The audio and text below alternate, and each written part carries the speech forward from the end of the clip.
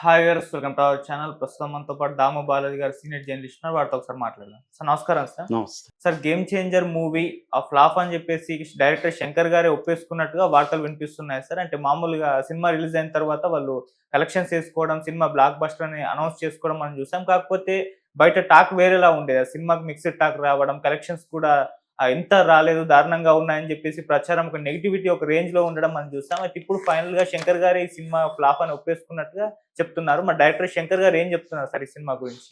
ఇప్పుడు ప్రధానంగా 2 వార్తలొచ్చాయి. ఒకటి డైరెక్టర్ శంకరే ఈ సినిమా ఫ్లాపు అనేది ఒప్పుకున్నాడు. అట్లాగే 'దిల్ రాజు' కూడా ఎఫ్2 తర్వాత నాకు హిట్ అయిన సినిమా సంక్రాంతికి వస్తున్నామని, సంక్రాంతికి వస్తున్నాం సినిమా సక్సెస్ మీట్‌లో చెప్పడం, అది కూడా కలకలం రేపింది. ఎందుకంటే ఆయన ఒప్పుకున్నట్టే కదా ఇండైరెక్ట్‌గా. ఎఫ్2 తర్వాత నాకు నిజమైన హిట్ వచ్చింది, సంక్రాంతికి వస్తున్నాం సినిమా అంటే అర్థం గేమ్ చేంజర్ కాదనే కదా. అంటే ఇలాగా ఓవరాల్గా ఏంటంటే సంక్రాంతికి 3 సినిమాలు రిలీజ్ అయినాయి. గేమ్ చేంజర్, డాకు మహారాజ్, సంక్రాంతికి వస్తున్నాం. ఈ మూడిట్లో కూడా నెంబర్ 1గా సంక్రాంతికి వస్తున్నాం అనేది నిలిచింది. నెంబర్ 2గా డాకు మహారాజ్, నెంబర్ 3 ప్లేస్లో గేమ్ చేంజర్ ఉందనేది వాస్తవం. ఎందుకంటే ఎంతమంది ఎన్ని అబద్ధాలు చెప్పినా కలెక్షన్స్ అయితే అబద్ధాలు చెప్పు. కలెక్షన్స్ కూడా మేకర్స్ ఒకటి చెప్పొచ్చు, కానీ ట్రేడ్ అనలిస్టులు ఉన్నారు, కొన్ని సంస్థలు ఉన్నాయి, అవి కరెక్ట్ లెక్కల్ని బయట పెడతా ఉంటారు. సో వాళ్ళకేమీ ఒక దాని మీద పక్షపాతం ఏమి ఉండదు వాళ్ళకి. ఎందుకంటే అన్ని సినిమాలకి వాళ్ళు లెక్కలు తీస్తూ ఉంటారు. తరణ్ ఆదర్స్ లాంటి ట్రేడ్ అనలిస్టులు కావచ్చు, స్కిల్ అనే ఇంకొక సంస్థ కావచ్చు, ఇలాంటి వాళ్ళు ఎప్పటికప్పుడు పెడుతుంటారు. సో ఈ కాంటెక్స్లో ఏమైందంటే శంకరు బిహైండ్ వుడ్స్ అనే ఒక వాళ్ళది ఫిల్మ్ మ్యాగజైన్ ఉంది, అట్లాగే వెబ్సైట్ ఉంది. వాళ్ళ యూట్యూబ్ ఛానల్కి ఇంటర్వ్యూ ఇచ్చాడు. అందులో యాంకర్ అడిగిన ఆయన్ని, మీరు ఈ సినిమాకి సంబంధించి ఎలా ఫీల్ అవుతున్నారంటే, ఆయన ఏం చెప్పాడంటే, నేను మామూలుగానే ఫిల్మ్ మేకర్సు తమ ప్రోడక్ట్ పట్ల అసంతృప్తిగా ఉంటారు, నేను కూడా ఈ సినిమా పట్ల అసంతృప్తిగా ఉన్నాను, నేను ఇంకా బాగా చేసి ఉండాల్సింది అనే ఫీలింగ్ వచ్చింది నాకు, నేను సాటిస్ఫాక్టరీగా లేదు అనేది ఆయన ఫైనల్ అవుట్పుట్ పట్ల నేను సాటిస్ఫాక్టరీగా లేదనేది ఆయన చెప్పాడు. అట్లాగే ఆయన ఏం చెప్పారంటే కొన్ని ఇంపార్టెంట్ మంచి సీన్లు కూడా తీసేయాల్సి వచ్చింది. ఎందుకంటే ఆయన ఒక ఎగ్జాంపుల్ కూడా చెప్పాడు. ఒక శిల్పాన్ని చెక్కేటప్పుడు ఆ వేస్ట్ దీనంత మంచివి కూడా ఉండొచ్చు, అవన్నీ కొట్టేకపోతే ఆ శిల్పాన్ని మనం చెక్కలేము. సో అలాగా సినిమా ఇది మొత్తంగా మేము అవుట్పుట్ 5 అవర్స్ వచ్చింది. సో 5 అవర్స్లో చాలా మంది సీన్లు కూడా మేము తీసేయాల్సి వచ్చింది. ఇది ఆయన చెప్పిన దాంట్లో తప్పులేదు, ప్రతి డైరెక్టర్ ఫేస్ చేసేది. ఎందుకంటే చాలామంది డైరెక్టర్లు ఏం చేస్తారంటే ఎక్కువ తీసేస్తారు, వాళ్ళకి స్క్రిప్ట్లో ఎడిటింగ్ అనేది ఉండదు. చాలామంది చేసేది అది, ఎక్కువ తీసేసి దాన్ని ఎడిటింగ్లో చూసుకొని బెస్ట్ సీన్లు ఏవేవి ఉన్నాయి, బాగొచ్చినాయో అవి పెట్టుకుంటూ వెళ్తారు. ఇక రాజమౌళి లాంటి వాళ్ళ స్టైల్ ఏంటంటే వాళ్ళు స్క్రిప్ట్లో పక్కాగా ఉంటారు. వాళ్ళు ఏం చేస్తారంటే బాగా రాపితే మళ్ళీ తీస్తారు, కానీ బాగొచ్చిన సీన్లు పెట్టుకొని బారాని సీన్లు పక్కన పెట్టడం అనేది చేయరు. మళ్ళీ వాటిని రీషూట్లు చేసి బాగొచ్చే వరకు ఆ సీన్లను వదలకుండా చేస్తారు. అంటే బేసిక్గా ఏంటంటే ఓవరాల్గా మనం బ్రాడ్గా 2 రకాలు డివైడ్ చేయొచ్చు. అదేంటంటే ఎడిటింగ్లో సినిమా తయారు చేసే డైరెక్టర్లు, స్క్రిప్ట్ స్థాయిలోనే సినిమా తయారు చేసే డైరెక్టర్లు. వీళ్ళకి రెండో వాళ్ళకి ఏంటంటే స్క్రిప్ట్ పకడ్బందీగా ఉంటుంది, టైట్ స్క్రిప్ట్ ఉంటుంది. ఆ స్క్రిప్ట్ బాగున్నప్పుడు ఈజీగా బడ్జెట్ కూడా తక్కువ ఉంటుంది. ఓకే. కానీ స్క్రిప్ట్ లేని వాళ్ళు అక్కడ పోయి ఇంప్రొవైజ్ చేస్తుంటారు, సీన్లు అక్కడ లొకేషన్లో క్రియేట్ అవుతుంటాయి, డైలాగులు అక్కడ వస్తుంటాయి. ఇదే ఒక స్టైల్. ఈ 2 స్టైల్ ఏది బెటర్ అని మనం చెప్పలేం, కానీ ప్రొడ్యూసర్ పాయింట్ ఆఫ్ వ్యూలో మాత్రం స్క్రిప్ట్ పక్కాగా ఉండి స్క్రిప్ట్ని బేస్ చేసుకొని సినిమా తెస్తే బడ్జెట్ కంట్రోల్లో ఉంటుంది. అక్కడ పోయి ఇంప్రూవ్ చేసేవాళ్ళు ఎడిటింగ్ టేబుల్ మీద సినిమా తయారు చేద్దాం అనుకున్న వాళ్ళకి బడ్జెట్ అయితే ఎక్కువ అవుతుంది. ఇదే శంకర్ కూడా ఈ టైప్ వాడే.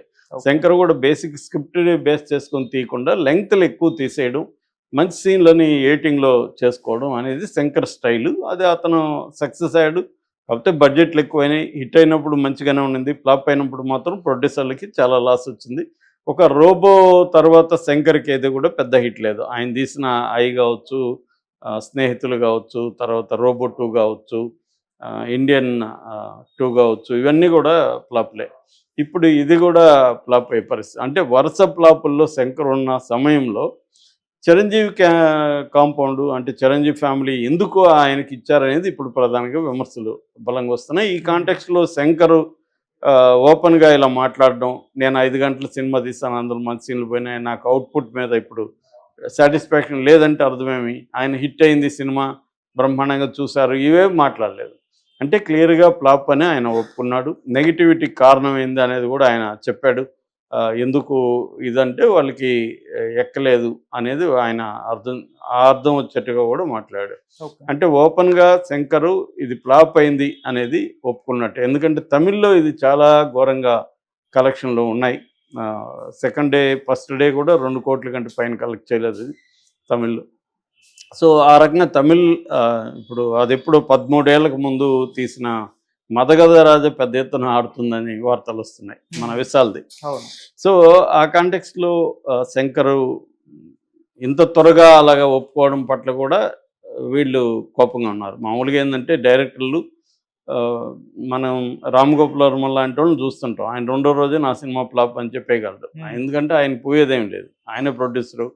ఎవరో ప్రొడ్యూసర్లు డబ్బులు పెడతారు కానీ వాళ్ళతో వేరే ఒప్పందం ఉంటుంది, నువ్వు ఎంత పెట్టాలి ఇంత తెస్తానని. కాబట్టి ఇంకా ప్రొడ్యూసరు ఏం పెద్దగా ఆశించడు, కాబట్టి ఆయన అనౌన్స్ చేయగలరు. కానీ ఇది అట్లా కాదు కదా, ఇది 450 కోట్లు ఆల్రెడీ ఖర్చు పెట్టించాడు, 100 కోట్లు వడ్డీకే అయింది. సో మొత్తం 550 కోట్ల దిల్ రాజుకి పడింది దీంట్లో. ఇందులో చిరంజీవి కొంత ఫైనాన్స్ చేశాడని కూడా వార్తలు వస్తున్నాయి. ఏదేమైనా దిల్ రాజుకి అయితే పెద్ద ఎత్తున లాస్ అయితే వచ్చింది. ఎందుకంటే శంకర్ 130 రోజులు అని చెప్పి 3 ఏళ్ళు తీశాడని, దానికి కూడా శంకర్ ఆన్సర్ ఇచ్చాడు, నేను 3 ఏళ్ళు తీయలేదు, ఓన్లీ 1.5 year మాత్రమే సినిమా తీశానని చెప్తున్నాడు. కానీ 3 ఏళ్ళు అయితే అయింది, అది కూడా ఆయన చెప్తున్నాడు. 3 ఏళ్ళు పీరియడ్ అయింది కానీ షూటింగ్ 1.5 year చేశాను, ఈ సినిమా మీద 1.5 year వర్క్ చేశాను.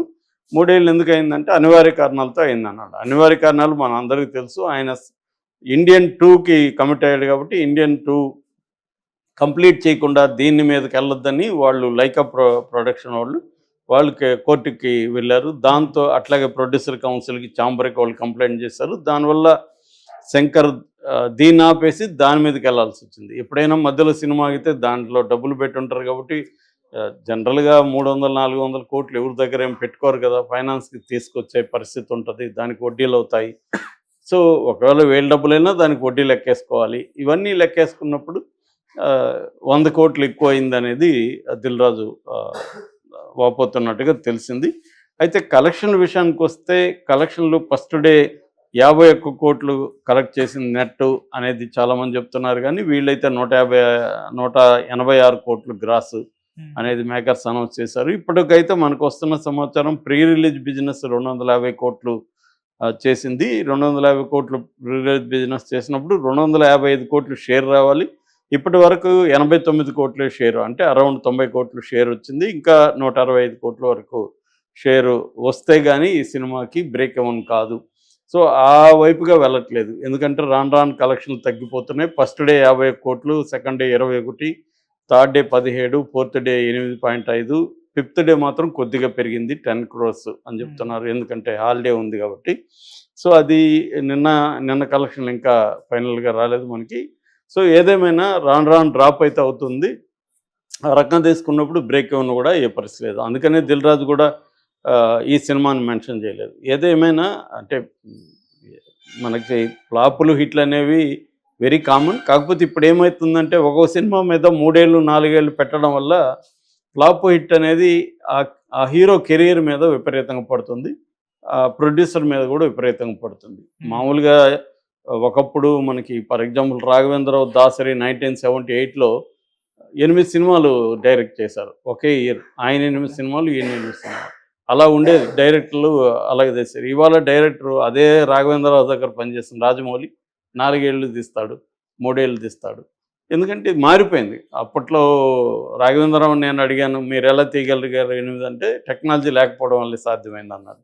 సో టెక్నాలజీ రావడం వల్ల ఏంటంటే ఇప్పుడు ప్రతిదీ పర్ఫెక్షన్, ఆడియన్స్ కూడా మారిపోయారు. ఆ టైంలో ఆడియన్స్కి ఇంత డిమాండ్స్ లేవు, ఇంత ఎక్స్పోజర్ లేదు. ఇవాళ అందరికి కూడా ఎక్స్పోజర్ ఉంది, ఎంటర్టైన్మెంట్కి చాలా దారులు ఉన్నాయి.